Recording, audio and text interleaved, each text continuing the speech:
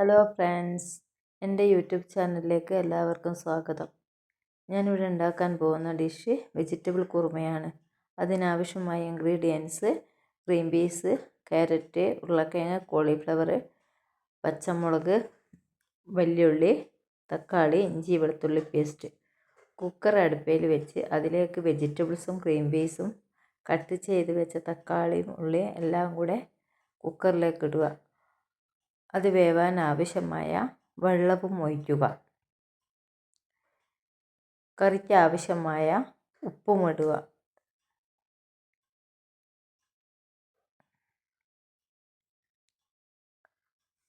അതിനുശേഷം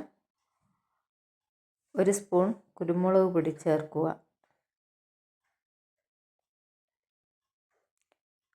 ഗരം മസാലപ്പൊടി ഇടുക. 1 സ്പൂൺ മല്ലിപ്പൊടി ഇടുക. എല്ലാം കൂടെ നല്ലപോലെ യോജിപ്പിക്കുക. അതിനുശേഷം കുക്കർ അടച്ച് വെച്ച് 4 വിസിലിടുന്നത് വരെ വെയിറ്റ് ചെയ്യാം. കുക്കർ വിസിൽ പോയതിന് ശേഷം അതിലേക്ക് തേങ്ങ അരച്ച് വെച്ചത് ചേർക്കാം.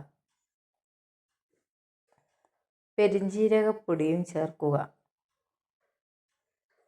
കുരുമുളകിൻ്റെ പൊടി കുറവുള്ളത് കൊണ്ട് അതും കൂടെ ചേർത്തിട്ടുണ്ട്. അതിനുശേഷം മല്ലിയില വിതറുക. കറി താളിക്കാൻ ആവശ്യമായ വെളിച്ചെണ്ണ ഒഴിച്ച് അതിലേക്ക് കടുക് പൊട്ടിച്ച് അതിലേക്ക് കറിവേപ്പിലയും താളിച്ച് കറിയിലേക്ക് ഒഴിക്കാം. വളരെ ഈസിയായി വെജിറ്റബിൾ കുറുമ തയ്യാറാക്കിയെടുക്കാം. ഇനി നമുക്ക് ഗോതമ്പത്തിൻ്റെ ദോശ തയ്യാറാക്കാം.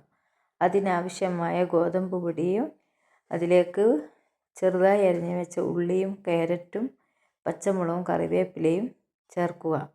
വെള്ളവും ഉപ്പ് വെച്ച് നല്ലപോലെ ദോശമാവ് ഇളക്കിയെടുക്കുക. അതിനുശേഷം ഓരോ ദോശ കണ്ട് നമുക്ക് ചുട്ടെടുക്കാം.